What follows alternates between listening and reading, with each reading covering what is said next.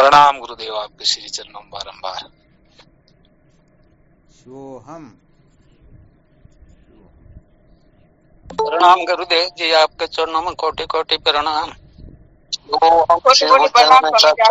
प्रणाम। हमारा सतगुरु शरणम कोटि कोटि प्रणाम बाबूजी। शिवोहम। प्रणाम गुरुदेव। शिवोहम।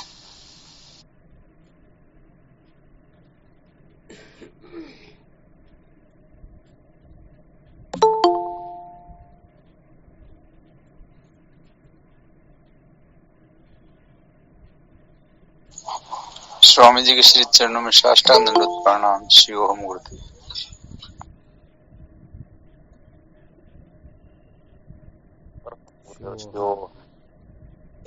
क्या विषय चल रहा था अपना?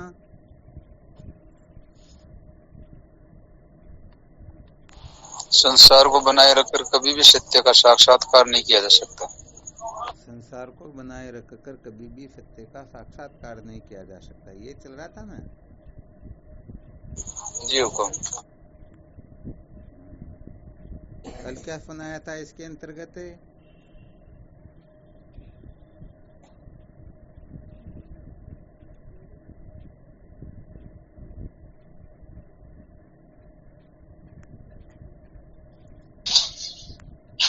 महाराज जी, जब हम अनादिकाल के साधन भोजन को भी अल्प समझेंगे, अच्छा, अल्प समझेंगे तो फिर सूची माता की शरण में जाएंगे तो भी हमारा कल्याण होगा नहीं, उसी को परम प्रमाण मानेंगे। अर्थात ज्ञान के प्रति पूर्ण रूप से महत्व बुद्धि तब ही होती है जब ज्ञान के सिवा जितने भी साधन हैं, समस्त साधनों को हम अविद्या की निवृत्ति में पूर्ण रूप से सक्षम नहीं पाएंगे। वरना किसी भी साधन से अविद्या की निवृत्ति हो जाती है तो फिर ज्ञान के चक्कर में क्यों पड़ेंगे? ज्ञान का मतलब यहाँ त्याग वैराग्य है, इसके चक्कर में क्यों पड़ेंगे? मौज मस्ती मनोरंजन करते हुए यदि सत्य का साक्षात्कार होता हो तो बताओ, हम इसको महत्व देंगे क्या? नहीं महाराज। हाँ, कभी नहीं देंगे। इसलिए सर्वप्रथम मलदोष की निवृत्ति के लिए पुरुषार्थ करना होता है, उसके पश्चात विक्षेप दोष की निवृत्ति के लिए, और फिर अंत में आवरण दोष की निवृत्ति के लिए।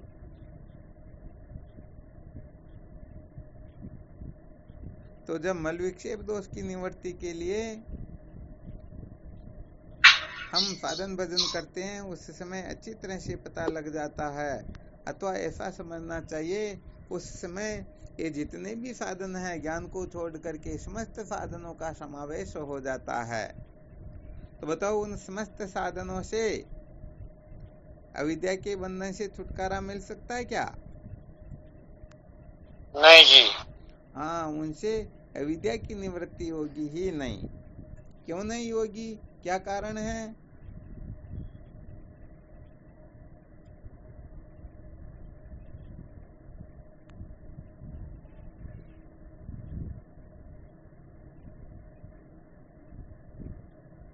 वो तो महाराज जी चित्त शुद्धि तक की समर्थ है, उनमें सामर्थ्य नहीं है। ये उत्तर नहीं हुआ।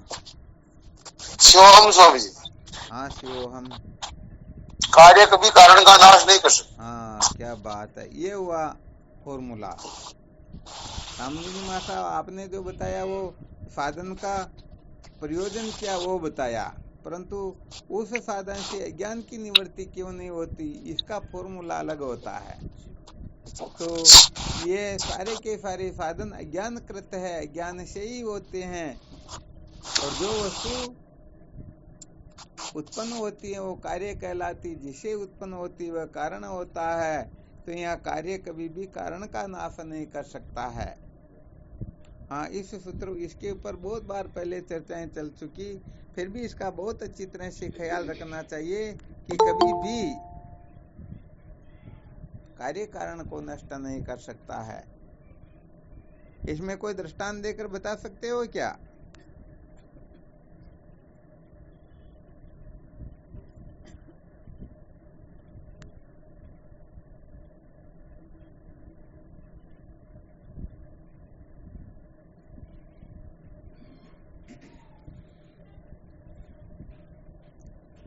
कोई दृष्टांत समझ में नहीं आ रहा क्या? या आवाज नहीं आ रही है? आ रही गुरुदेव। आ रही है।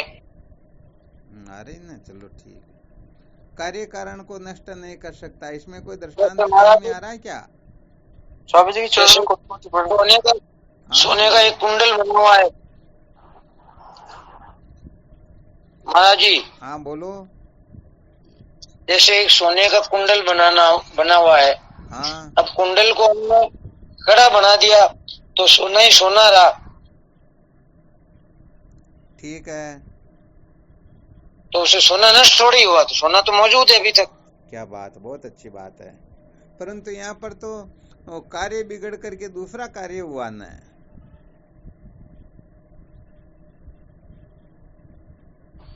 स्वामी जी चरण मार्ग नहीं बना सकती है। हाँ शिव, हम बोलो। गुरुदेव आप बहुत बार सुनाई करते थे वो आम का जो आम जो होता है आम के वृक्ष को नष्ट नहीं कर सकता है। आम का फल बोलो न, क्योंकि फल कार्य होगा। जी गुरुदेव, आम का फल तो कभी कारण न, पहले वृक्ष गुरुदेव। हुआ उसके बाद में फल लगेगा।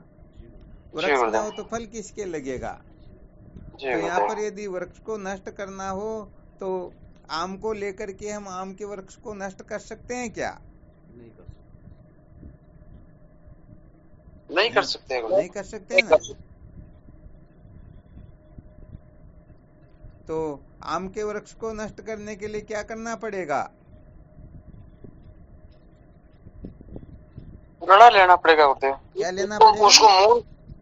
उसको मूल सहित काटना पड़ेगा। वो साधन के लिए कह रहा हूँ, वो तो काटेंगे तभी तो निवृत्ति होगी। काटेंगे किससे? अरे कुलाड़ा चाहिए ना, इसमें कोई, ये तो अपना प्रतिदिन का दैनिक कार्यक्रम अच्छी तरह से जानते हैं। किसी को काटना हो तो कुलाड़ा चाहिए। तो कहने का मतलब आम के वृक्ष को काटना हो तो कुलाड़े की आवश्यकता होती है। आम जो है आम के वृक्ष को नष्ट नहीं कर सकता है, क्योंकि आम का वृक्ष कारण है और आम जो है वो फल जो है जिसको हम चूसते हैं वो कार्य है। कार्य कारण को नष्ट नहीं कर सकता है। बस बात इतनी सी समझनी है। तो यहाँ पर कारण कौन हुआ, कार्य कौन हुआ? आम का कार्य होने कारण हुआ, आम का फल कार्य हुआ। दृष्टांत तो कभी का बता दिया और इसके बारे में चर्चा भी चल चुकी है और अभी सिद्ध भी करके देख लिया भाई, आम जो है ये कार्य है और वृक्ष कारण है। ये तो दृष्टांत, परंतु इसे समझना है क्या अपने को? अविद्या कारण है और संसार कार्य है, और साधन भी जितने भी है वो भी सभी अविद्याकृत होने से। हाँ, तो अब की बात ठीक बोले न, वरना अविद्या कारण संसार कार्य इसका तो कोई औचित्य नहीं है। अपन यहाँ पर अविद्या की निवृत्ति का विचार कर रहे हैं तो फिर साधनों के लिए कहना होगा ना, ज्ञान को छोड़ करके, क्योंकि ज्ञान तो है कुलाड़ा, और ज्ञान को छोड़ करके चाहे जप हो, तप हो, तीर्थ हो, व्रत हो, पूजा पाठ हो, कर्म उपासना, योग भक्ति, कुछ भी, कैसा भी, किसी भी प्रकार का साधन क्यों ना हो, ये समस्त साधन कार्य ही होते हैं। समझना तो अपने को ये है, तभी तो काम चलेगा ना। तो ये सारे के सारे साधन जो है एक एक, तो क्या सारे के सारे साधन एक साथ मिल जाए फिर भी कहने का मतलब अज्ञान को नष्ट नहीं कर सकते हैं। कर सकते हैं क्या? नहीं कर सकते।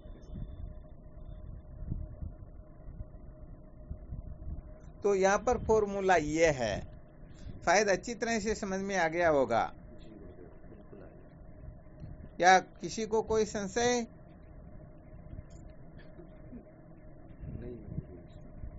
नहीं महाराज जी। बहुत अच्छी बात है। क्योंकि आम के पेड़ को काटेंगे तो कुलाड़े की जरूरत पड़ेगी गुरुदेव। कुलाड़े की जरूरत करो, तब करो, कुछ भी करो, बाकी वो पेड़ तो कटेगा नहीं गुरुदेव, कटेगा तो कुलाड़े से। इसी प्रकार अविद्या की निवृत्ति तो सिर्फ ज्ञान से ही होगी गुरुदेव। अविद्या, अविज्ञा नहीं। अविद्या। हाँ,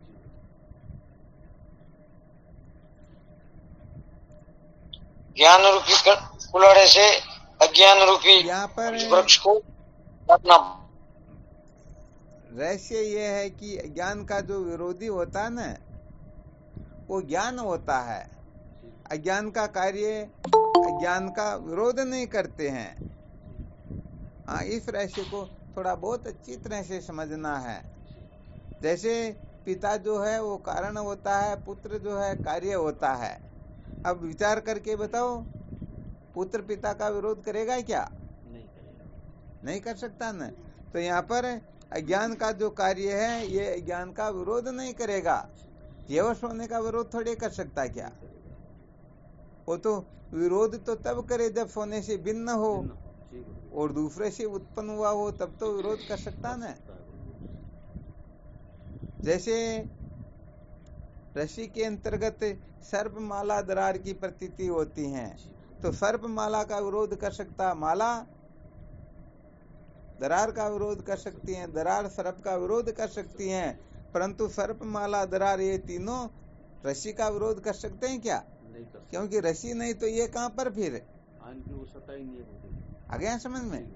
तो ये साधन भले एक दूसरे का विरोध कर सकते हो, परंतु ये अज्ञान के विरोधी नहीं होते हैं। विरोधी नहीं होते इसका मतलब सहायक ही हुए ना, अर्थात अज्ञान को और ही पुष्ट करते हैं। रस्सी में प्रतीयमान सर्प को जब हम डंडा लेकर के मारने के लिए जाते हैं, तो बताओ सर्प की सत्यत्व बुद्धि और दृढ़ हो रही है या शिथिल हो रही है? हो रही है ना।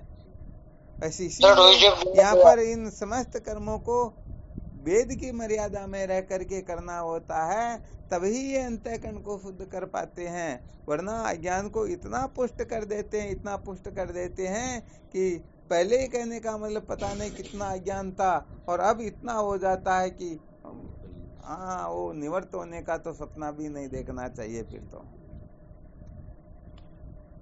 इसीलिए तो कहने का मतलब थोड़ा बहुत कोई साधन भजन करता तो इस संसार में पागल होकर के भटकता, मेरे जैसे संसार में कौन है।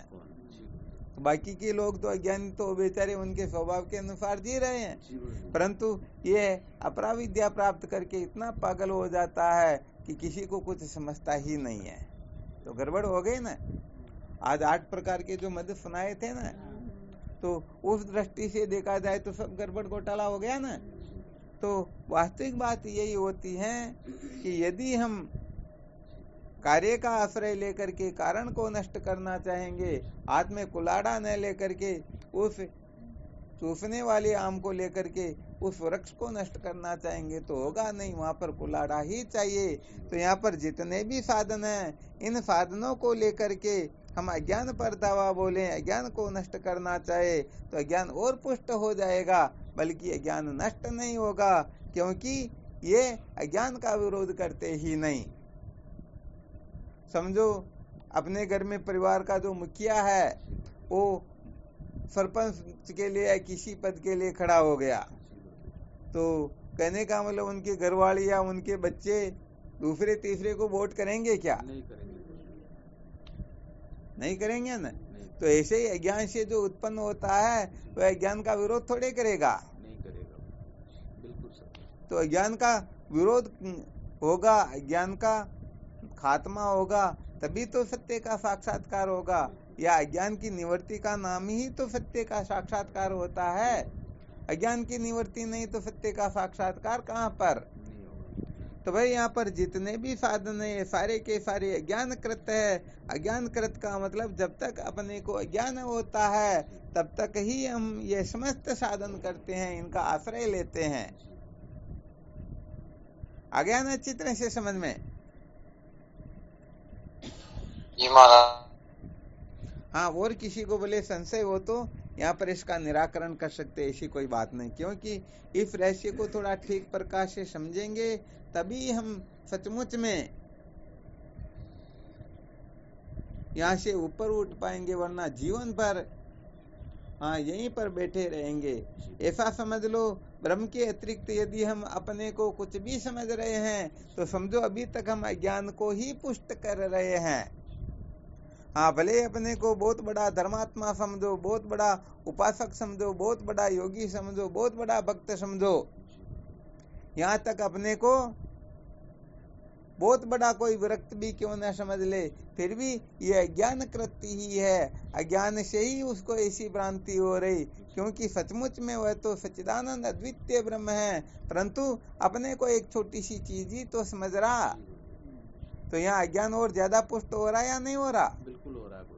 इसलिए इन सब का प्रयोजन समझना होता है, इनकी जीवन में आवश्यकता होती है, परंतु ये सारे के सारे मेल के पत्थर होते हैं। कब तक इनको महत्व देना चाहिए और कब इनसे ऊपर उठ जाना चाहिए, इस रहस्य को बहुत अच्छी तरह से समझना होता है।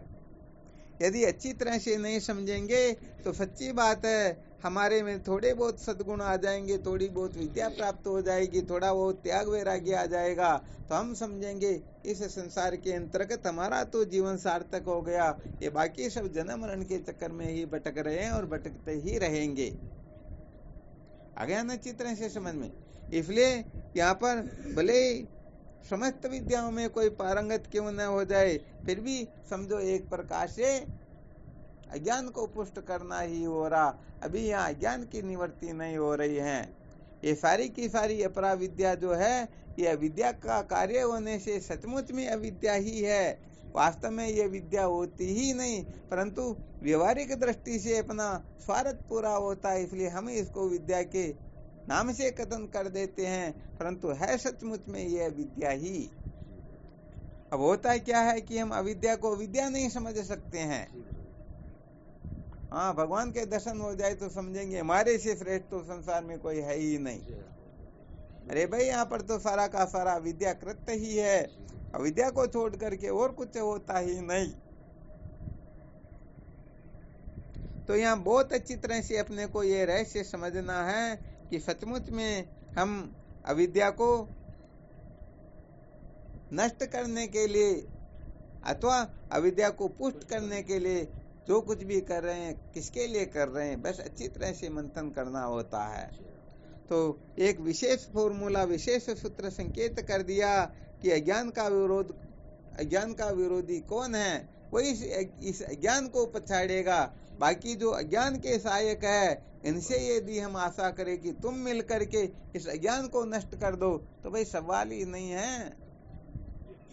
हाँ, कोई श्रवण जैसे बैठे हो किसी के 5 और 5 को जाकर के कह दे तुम तुम्हारे पिता का मर्डर कर दो, सपने में भी संभव है क्या? नहीं हो सकता। तो यहाँ पर सारे के सारे ज्ञान कृति है ना, ये तो ज्ञान के श्रवण रूपी बैठे हैं। अब इनसे जाकर के हाथ मिलाए और इनको कहे भाई देखो तुम इस ज्ञान को तराशाई कर दो, इनको नष्ट कर दो, तो अपने को नष्ट भले कर देंगे, परंतु अज्ञान को नष्ट नहीं कर पाएंगे। इसलिए अज्ञान का विरोधी क्या है, ये बात बहुत अच्छी तरह से समझनी चाहिए।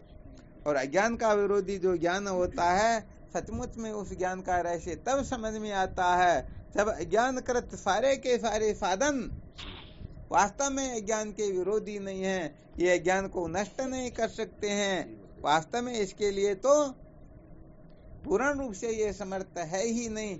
ये बात जब अच्छी तरह से समझ में आती है ना, तब ही सचमुच में बात कुछ और होती है। तो हम तो सच्ची बात है, जिसे अज्ञान पुष्ट होता है उस धर्म कर्म के चक्कर में जीवन पड़े रह जाते हैं और समझते हैं कि भाई हमने तो अपने जीवन को धन्य बना लिया। हाँ, वैसे देखा जाए तो पामर पुरुषों की दृष्टि से देखा जाए तो सचमुच में बहुत श्रेष्ठ काम किया, परंतु यहाँ अटक गए। तो सच्ची बात है, पामर पुरुषों की जो गति होगी उनसे भी अधिक गति अपनी हो जाएगी। अरे भाई, जो घर पर बैठा वो तो चलो जैसे तैसे हैं, दुख संकट से तो बच गया ना, तो घर को भी छोड़ दिया और मंजिल पर भी नहीं पहुंचे, बीच में ही डेरे डाल दिए, हो गया ना बड़ा गड़बड़ घोटाला। इसलिए या तो संसारी ही रहना ठीक होता है या यथार्थ बोधवान होना ठीक रहता है। बीच में कहीं पर भी अटक गए तो सच्ची बात है उनकी बड़ी दुर्गति होती है। न घर के रहते हैं न घाट के रहते हैं, न तो संसार के भोग पदार्थों का मजा ले पाते हैं, न उनको सत्य का अनुभव होता है। वो इतो नष्ट है तो भ्रष्ट है, दोनों तरफ से नष्ट भ्रष्ट हो जाते हैं। शायद अच्छी तरह से समझ में आ गया होगा कि ज्ञान का जो विरोधी है कौन है और कौन कौन अज्ञान के सहायक है। किसी को संशय है क्या?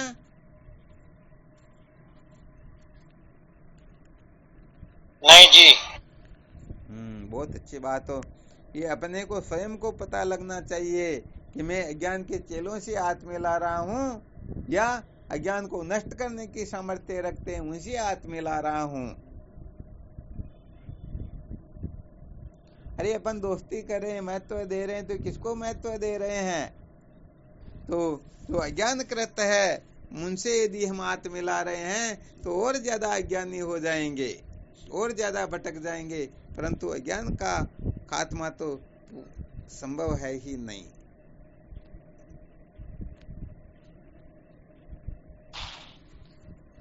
यहाँ पर और अत्यंत सूक्ष्म प्रक्रियाओं के द्वारा समझना होता है। बहुत ऊंची से ऊंची कक्षाएं भी जो होती है ना, वो बहुत ऊंची से ऊंची कक्षाएं भी वो अज्ञान की सहायक ही होती हैं, अज्ञान को पुष्ट करने वाली ही होती हैं। अर्थात मैं अद्वितीय ब्रह्म हूँ, इसको छोड़ करके जितनी भी कल्पना है ये सारी की सारी कल्पनाएं अज्ञान को पुष्ट करने वाली होती हैं। हाँ, इसलिए मील के पत्थर को जो मंजिल समझ कर बैठ जाते हैं तो सचमुच में अज्ञान को बहुत ज्यादा पुष्ट कर देते हैं। और मील के पत्थर को मील का पत्थर ही समझे तो वह सचमुच में उसकी बात फिर कुछ और हो जाती है।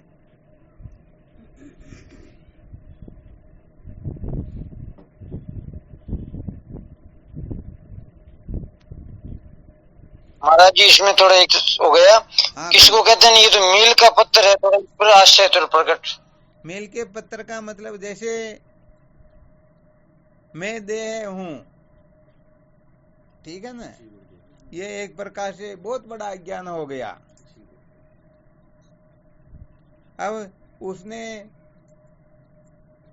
थोड़ा ऊंची कक्षा का रहस्य समझा, ठीक है ना, कोई ये शरीर में हूँ, शरीर मेरा है, पहले ये समझता है, अब समझता है कि ये शरीर जो है ये शरीर में नहीं हूँ और शरीर मेरा नहीं है।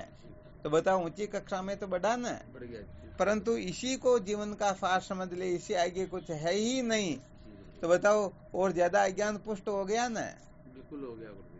क्योंकि वास्तव में जो ज्ञान है ही नहीं, जो मंजिल है ही नहीं, उसने उसको ही मंजिल समझ लिया। अरे भाई यहाँ पर तो कोई हरिद्वार जा रहा है तो हरिद्वार तक तो पहुंचे नहीं, और हरिद्वार का कहीं बोर्ड लगा हुआ देखे और 150 मकान वगैरह देख करके समझ जाए अरे भाई मैं तो हरिद्वार पहुंच गया हूँ, तो कितना बड़ा गड़बड़ घोटाला हो जाता।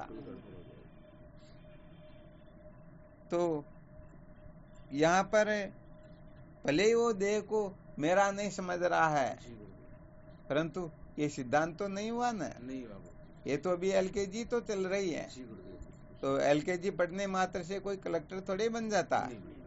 तो यहाँ पर यदि अटक जाए, इतने दिन जीवन अधर्म में बीत रहा था, अब धर्मात्मा हो गई, उनकी प्रत्येक क्रिया चेष्टा धर्म के अनुसार होती है, अब वह इस जगह ऐसा अटक जाए कि इसे तो श्रेष्ठ कुछ होता ही नहीं, यही जीवन का सार है।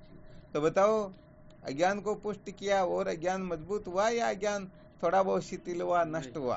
और मजबूती हुआ। हाँ, इसलिए यदि धर्म की कक्षा को इसीलिए अपनाए कि जीवन में से अधर्म निकल जाए, अधर्म निकलने के बाद में फिर धर्म की कक्षा का भी त्याग करने की सामर्थ्य हो, तब तो समझो वह वास्तव में मील के पत्थर पर अटक नहीं रहा बल्कि आगे बढ़ रहा है। परंतु यहाँ अभिमान करके बैठ जाए तो सच्ची बात यह है कि वह कभी भी सत्य का साक्षात्कार कर सकेगा ही नहीं।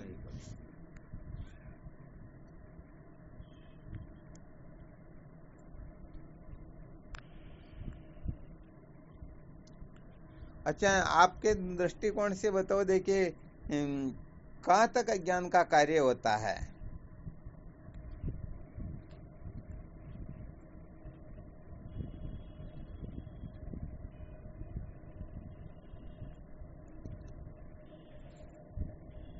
अज्ञान के कार्य का मतलब यहाँ अज्ञान का ही रूपांतरण है, अज्ञान को ही दूसरे रूप में स्वीकार करना।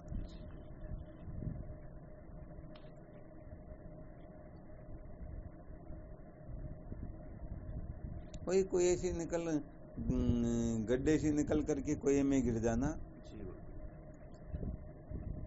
एक बंधन छूटा परंतु दूसरा हो गया, दूसरा छूटा तो तीसरा हो गया। बंधन तो ज्यों का त्यों है। कौन बताएंगे? मैं धर्मात्मा हूँ, मैं उपासक हूँ, मैं भक्त हूँ, मैं योगी आदि हूँ, ये जो है ना, ये वास्तव में अज्ञान को पुष्ट करने वाले हैं या अज्ञान को निवृत्त करने वाले हैं। यदि कोई ऐसा समझ कर बैठ जाए तो सचमुच में वह अज्ञानी है या ज्ञानी है? अज्ञानी है। अज्ञानी है ना। बिल्कुल अज्ञानी। बात तो यहाँ पर यह होती कि अपने को अज्ञानी समझे तभी तो वहां से छूटने की इच्छा होगी। बिल्कुल सत्य। अब लोग तो अज्ञानी तो समझते जो अधर्म में उलझे हुए उनको, और जो धर्म में प्रवीण हो गए उनको तो ज्ञानी समझते हैं। जबकि अभी ये बता दिया गया कि मैं धर्मात्मा हूँ, ये तो भाई अज्ञान का ही कार्य है। यदि इस जगह पर अटक गए तो हमने अज्ञान को पुष्ट किया, और यहाँ अटके नहीं तो हमने अज्ञान को कुछ अंश में नष्ट कर दिया। हाँ, पूर्ण रूप से नष्ट तो होगा ना, वो केवल ब्रह्म विद्या से होगा।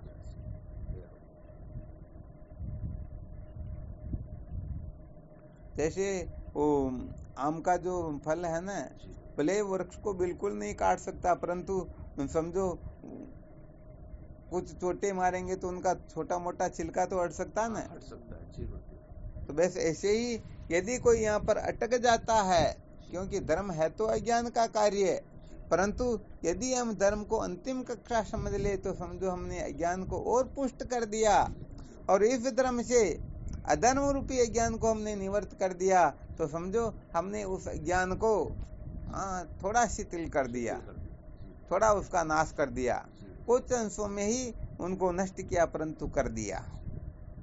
तो इसको अंतिम कक्षा समझेंगे तो अज्ञान को पुष्ट कर दिया, और इसे केवल और केवल मात्र मानवता के लक्षण समझेंगे तो समझो हमने अज्ञान को कुछ अंशों में धराशायी कर दिया, क्योंकि वह इसको अंतिम कक्षा नहीं समझ रहा है। हमारी सबसे बड़ी गलती यही होती है, हम इसको अंतिम कक्षा समझ लेते हैं। हाँ, इससे कोई आगे कोई कक्षा ही नहीं है। तो इसीलिए तो जीवन के अंतर्गत साधक बहुत ज्यादा भटक जाते हैं। तो ये साधक जो होते हैं ना, साधक कुल मिलाकर के अधर्म का त्याग करके धर्म में अच्छी तरह से स्थित हो जाते हैं और समझते हैं कि बस यही जीवन का सार है, तो समझो इससे बड़ा कोई पतन होता ही नहीं, क्योंकि ये स्थिति सदा तो रह सकती ही नहीं। अरे भाई, हो सकता वो इस मानव जीवन के अंतर्गत समझो समस्त धर्मों का त्याग कर देगा, उसका जीवन पूर्ण रूप से शास्त्रोक्त होगा, परंतु अज्ञान की निवृत्ति तो हुई नहीं ना। और अज्ञान की निवृत्ति नहीं हुई तो फिर उसको जन्म मिलेगा, और जन्म मिलेगा तो जैसे आज कल एकादशी है, तो आज 1-2 चपाती ज्यादा खा ली गई ना, और फिर परसों 1-2 ज्यादा खा लेंगे तो काम तो पूरा हो गया ना। तो उसे पहले पीछे कुल मिलाकर के कर लेते हैं, तो हो गया ना गड़बड़ घोटाला। इस जन्म में भले वो संसार के भोग पदार्थों का त्याग कर देंगे, परंतु आगे के जन्म में इतने पागल होंगे, इतने टूट पड़ेंगे कि इस जन्म की कसर भी 4 गुना और निकाल देंगे। तो ये तो अज्ञान की निवृत्ति हो तभी सचमुच में उन्हें समझना चाहिए कि मैं पूर्ण रूप से कृतार्थ हुआ हूँ। वरना सच्ची बात है, ये सारे के सारे अज्ञान कृत्य ही होते हैं, ये अज्ञान से संबंधित ही होते हैं। और सचमुच में यदि हम यहाँ पर पूर्ण रूप से खरे उतरना चाहते हो, पूर्ण रूप से खरे उतरना चाहें तो यहाँ सत्य का साक्षात्कार करना होगा। ठीक है ना। तो इस जन्म में तो पता नहीं हम कितनी ऊंची कक्षा को प्राप्त कर चुके, परंतु अज्ञान की निवृत्ति नहीं हुई, तो फिर वापस जन्म लेना पड़ेगा ना। और जन्म लेना पड़ेगा तो पता नहीं वहां पर क्या होगा क्या नहीं होगा, कोई कुछ कह सकता है क्या? कुछ नहीं कह सकते ना। इसलिए यदि खरा उतरना हो तो मूल सहित विद्या के बंधन से मुक्त होना होगा, वरना किसी भी कक्षा का किसी भी प्रकार का सूत्र ले लीजिए, ठीक उनके पुण्यों के पुंज से वह हजारों लाखों वर्षों तक स्वर्ग आदि लोकों में रह करके दिव्य भोगों को भोगेंगे, परंतु जब उनका पुण्य नष्ट हो जाएगा तो क्या होगा, जन्म मरण के चक्कर में तो आना ही पड़ेगा ना, या नहीं आना पड़ेगा? आना पड़ेगा। क्योंकि सिद्धांत यही है कि केवल और केवल मात्र ज्ञान से ही मुक्ति होती है, ज्ञान के सिवाय और कोई साधन है ही नहीं। और जैसे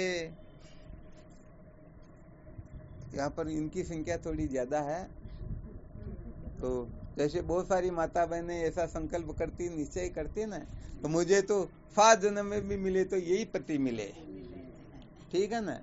परंतु विचार करके देखो, अपने चाहने से क्या हो जाता है? क्या समझो, हम 1 नंबर के पतिव्रता बन के रहना चाहते हैं, 1 नंबर की पतिव्रता सचमुच में कौन हो सकती है? तो इसी जीवन में सत्य का साक्षात्कार करके जन्म मरण के बंधन से छुटकारा प्राप्त कर ले।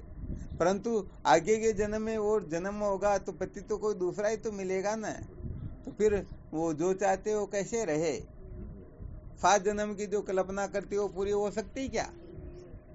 तो भाई यहाँ पर यही बात है कि चाहे कितनी भी ऊंची कक्षा का भक्त हो जाए, योगी हो जाए, धर्मात्मा हो जाए, उपासक हो जाए, या दृष्टादर्शी का विवेकी पता नहीं क्या क्या हो जाए, परंतु वो पूर्ण रूप से तभी सार्थक हो पाता है जब वह विद्या के बंधन से पूर्ण रूप से छुटकारा प्राप्त कर लेता है। पूर्ण रूप से यदि छुटकारा प्राप्त नहीं करेंगे तो निश्चित रूप से गड़बड़ होगी ही होगी।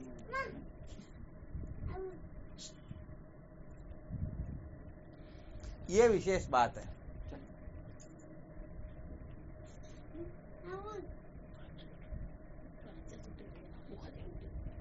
आ गया ना चित्र से समझ में आया ना आप लोगों की? हाँ, बिल्कुल सत्य बात यही है। तो ज्ञान हो तभी जीवन सार्थक हो सकता है, वरना सचमुच में कितने भी उत्तम से उत्तम कोटि के क्यों न बन जाओ, किसी कक्षा के, परंतु अंततो गत्वा वहां से भटकना ही होगा। और सचमुच में खरे उतरना चाहे तो हमें पूर्ण रूप से विद्या के बंधन से छुटकारा प्राप्त करना होगा।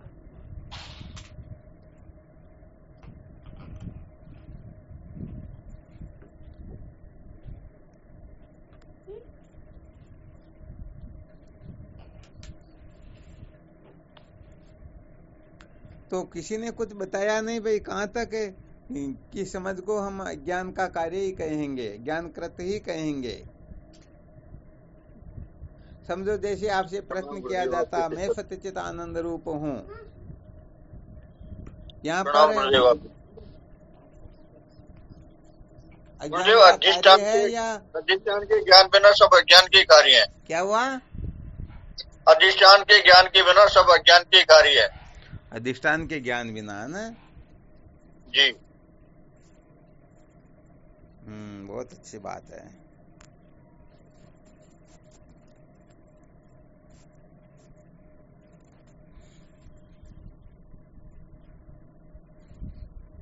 महाराज जी, आप अभी आपने खुद ने ही उदाहरण दिया था कि भाई जो स्वर्ग लोग है, ब्रह्म लोग के जहाँ तक भी है तो वो अज्ञान भी है कि वापस पुनर्जन्म आना ही पड़ेगा।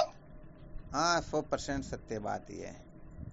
कहने का मतलब अज्ञान की निवृत्ति केवल ज्ञान से होती, यही सिद्धांत है। इसका खंडन करने की सामर्थ्य अनंत कोटि ब्रह्मांड में किसी में है ही नहीं। स्वयं ईश्वर भी इसका खंडन नहीं कर सकते हैं, और दूसरों की तो औकात ही क्या, क्योंकि अंधकार केवल मात्र प्रकाश से ही निवृत्त होता है। अज्ञान की निवृत्ति केवल मात्र ज्ञान से ही होती है। अज्ञान के कार्य से ज्ञान कदापि नष्ट होने वाला है ही नहीं। तो ये ज्ञान नहीं है। अभी जो आपको संकेत किया गया ना, आप इस संसार में 1 नंबर की पतिव्रता हो जाओ, समझ लो बस मैं पतिव्रता हूँ, मेरे से श्रेष्ठ कोई है ही नहीं, इसको भी ज्ञान नहीं कहते हैं, क्योंकि ये भी अज्ञान कहता है। मैं ब्रह्म हूँ, इसको ज्ञान कहते हैं। इसके अलावा हम अपने को कुछ भी समझ करके क्यों न बैठ जाए, फिर भी ये ज्ञान है ही नहीं। हाँ, इनका सदुपयोग अवश्य किया जाता है, परंतु यहाँ अटक गए, इसको श्रेष्ठ समझ लिया, इसे श्रेष्ठ कुछ है ही नहीं। तो भाई ये तो ठीक है, इस पुण्य के प्रताप से पति लोक में अनंत वर्षों तक सुख भोग करेंगे, परंतु जब वहां से पुनः यहाँ तक ला जाएगा तो यहाँ पर फिर पति तो कोई दूसरे ही मिलेंगे, वो तो मिलने वाले। हाँ, इसलिए ये 100% खरी बात आपके समझ में आ रही क्या? हाँ, ये पूसा लाल जी है ना, ऐसा मत समझ लेना कि हर जन्म में यही मिलेंगे और दूसरे मिल गए तो पतिव्रता कहाँ रहे बताओ, गड़बड़ हो गई ना। और यदि जाओ नहीं मैं तो सचमुच में इसमें जैसी पतिव्रता हो वैसी की वैसी बने रहना चाहते हो तो आपको इसी जन्म में सत्य का साक्षात्कार करना होगा। तो सचमुच में आप एक नंबर की पतिव्रता रहोगी, क्योंकि सचमुच में फिर आपका भटकना संभव ही नहीं है। अरे जन्म ही नहीं होगा, मुलजिम ही मर गया, मुकदमा किस पर चलाएं। आपका जब जन्म ही नहीं होगा तो फिर शादी किनके साथ में होगी, समझ में आ गया।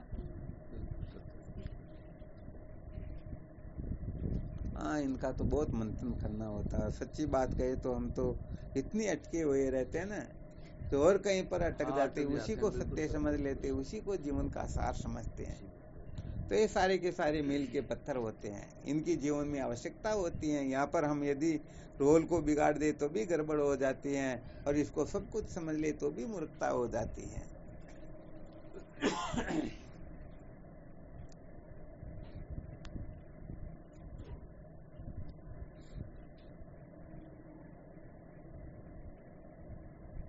तो आपको थोड़ा संकेत किया गया, समझो किसी ने समझ लिया मैं सच्चित आनंद रूप हूं,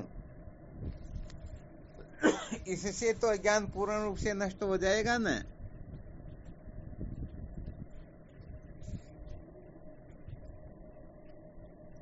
वास्तविकता में समझ लिया तो पूर्ण हो जाएगा महाराज जी। बहुत बहुत धन्यवाद, बहुत अच्छी बात है।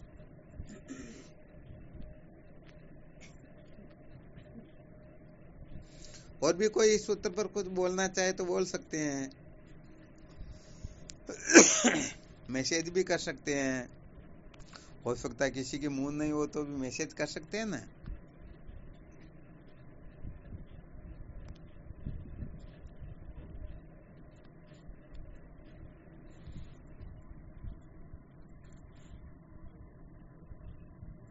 चलो कोई बात नहीं, अपनी जहां तक वृत्ति जाती है ना, जहां तक अपने को अनुभव है वहां तक की बात ही कर लेनी चाहिए, क्योंकि फिर अनधिकार चेष्टा हो जाती है। वहां पर पहुंचेंगे सच्चित आनंद की स्थिति में, तब पता चलेगा कि वास्तव में पूर्ण रूप से ज्ञान की निवृत्ति हो गई या नहीं हुई। ये भी अंतिम कक्षा है या इससे भी कुछ आगे कक्षाएं होती हैं। महाराज जी मूल में तो अपने सिवाय किसी दूसरे को समझना, बस वो अज्ञान ही है सब।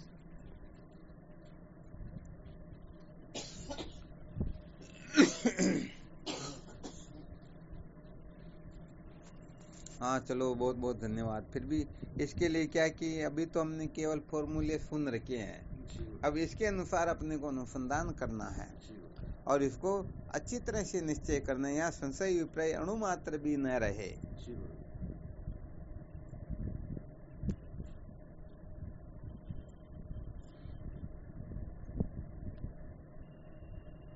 चलो बहुत बहुत अच्छी बात। फिर भी इनके ऊपर खूब चिंतन मनन करना, क्योंकि चिंतन मनन नहीं करेंगे तो सच्ची बात हम अज्ञान में उलझे रहेंगे और अपने को ज्ञानी समझते रहेंगे, तो ये दोनों तरफ से गड़बड़ी हो जाएगी। फिर तो खाली समझने से तो काम चलेगा नहीं महाराज। उसके लिए जैसे मैं राजा हूँ, हो नहीं, राजा के लिए सेना वगैरह सब चाहिए, जब राजा होगा। बात ये विवेक चूड़ामणि में दृष्टांत ही जाता है।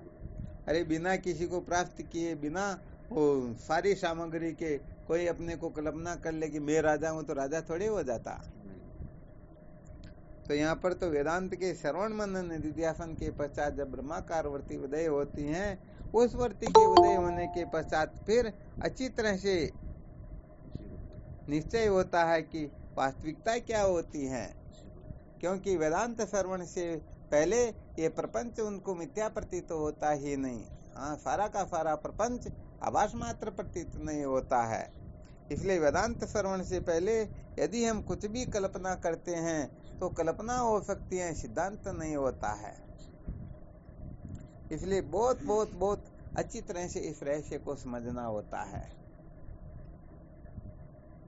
तो आज जो सुनाया, अज्ञान का विरोधी क्या है, अज्ञान का सहायक क्या है, इस रहस्य को बहुत अच्छी तरह से समझ करके अज्ञान के सहायक का यदि आश्रय लेना पड़े, फिर भी इस प्रकार से लेके उनको हम मंजिल न समझे, उनकी आवश्यकता पूरी होने पर जैसे भूख निवृत्त होने पर हम भोजन का त्याग कर देते हैं, वैसे ही उनका भी त्याग कर देना चाहिए।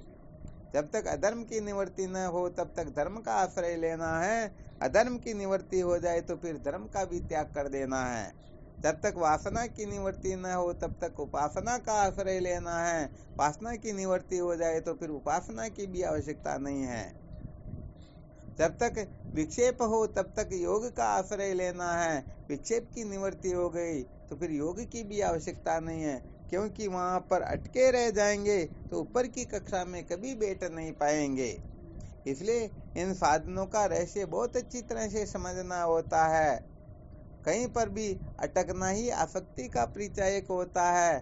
समझो ये अज्ञान को और बहुत ज्यादा पुष्ट कर देना होता है। फिर स्वयं ब्रह्मा जी आकर के भी उस अज्ञान के बंधन से छुड़ाना चाहिए, फिर भी वो छूटेगा नहीं।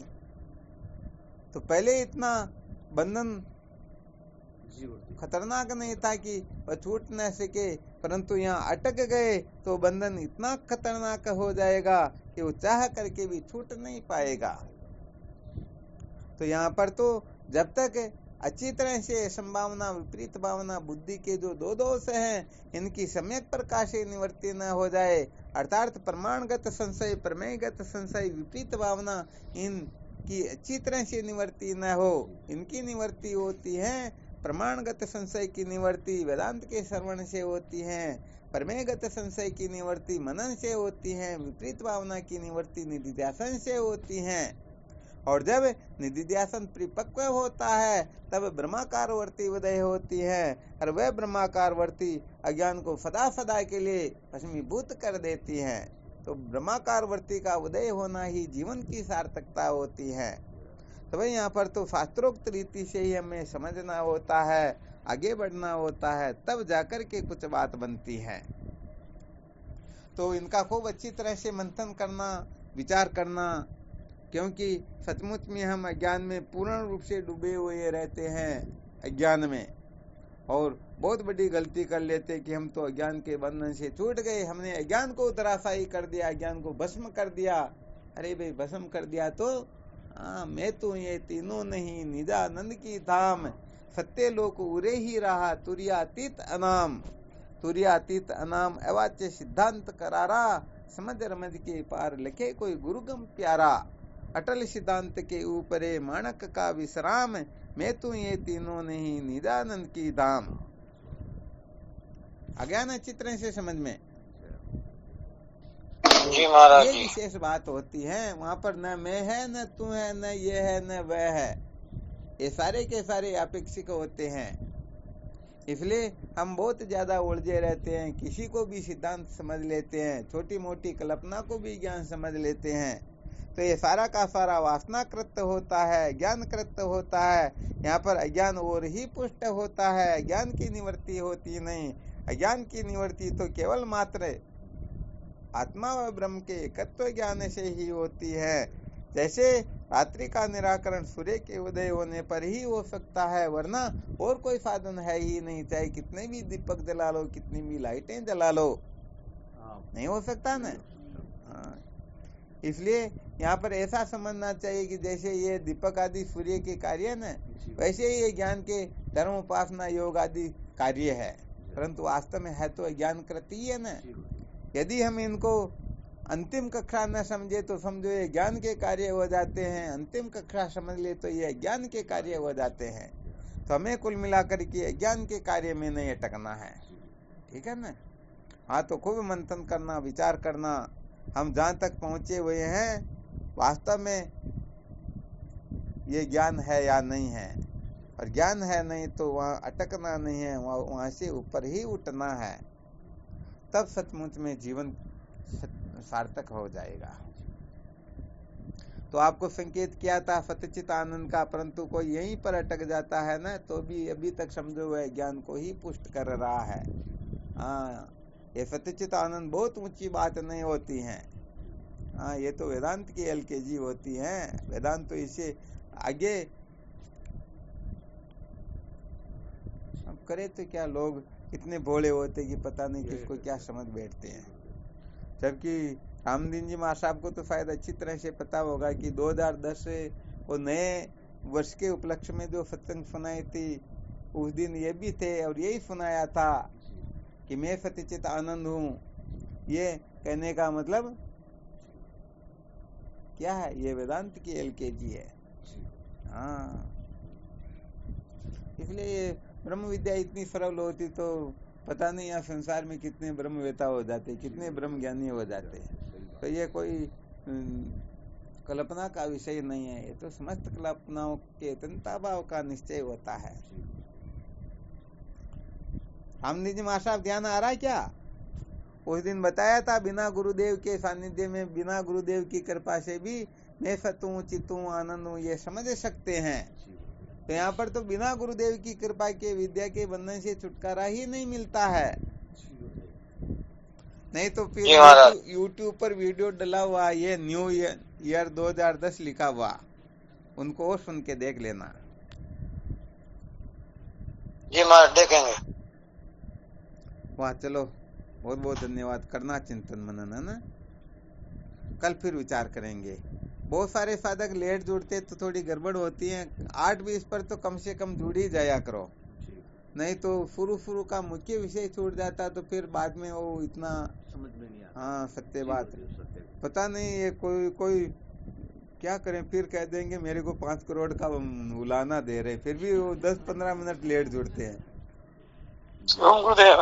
हाँ, गजब करते एक तरह से। अरे कुल मिला के लगा नहीं गुरुदेव। अच्छा, आप तो 8 बजे लगा देना शुरू कर दिया करो, तो आधे घंटे 20 मिनट में तो लगेगा ही लगेगा। खोल के इंतजार करते ही रहा, चलने अपनी इतनी देर बाद चला। वाह, चलो बहुत धन्यवाद। बोलो शिवोहम। शिवोहम, शिवम दंडवत प्रणाम। हाँ, शिवोहम। उनके चरणों में कोटि प्रणाम। शिवोहम। शिवोहम। स्वामी जी के चरणों में साष्टांग दंडवत प्रणाम। हाँ, शिवोहम। भगवान आपके शिवोहम।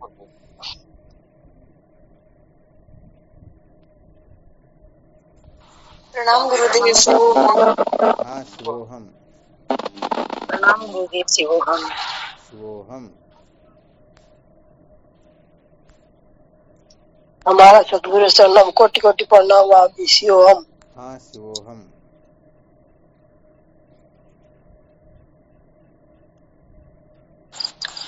प्रणाम गुरुदेव, आपके श्री चरणों में बारंबार जय हो, आपकी जय हो। प्रणाम गुरुदेव जी, आपके चरणों में कोटि प्रणाम। शिवोहम। शिवोहम। शिव। प्रणाम स्वामी जी। प्रणाम गुरुदेव। हाँ, शिवोहम। प्रणाम गुरुदेव। शिवोहम। शिवोहम। प्रणाम स्वामी। शिवोहम। शिवोहम। शिवोहम। प्रणाम गुरुदेव। शिवोहम। शिवोहम। स्वामी जी चरणों में कोटि प्रणाम। शिवोहम। प्रणाम। शिवोहम। शिवोहम। स्वामी जी के श्री चरणों में साष्टांग दंडवत प्रणाम। शिवोहम गुरुदेव। शिवोहम।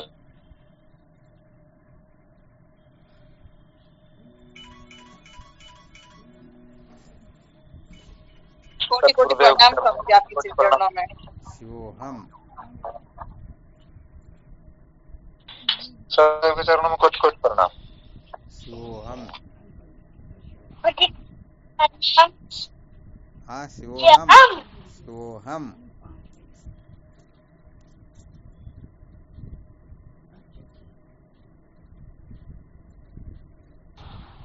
प्रणाम स्वामी जी, आपके श्री चरणों में कोटि प्रणाम।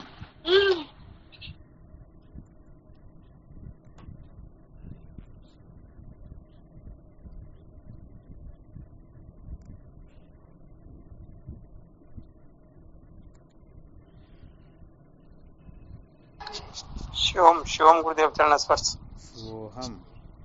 शिवोहम।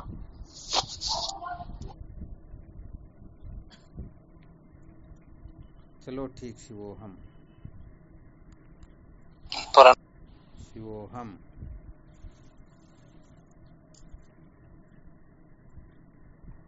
शिवोहम।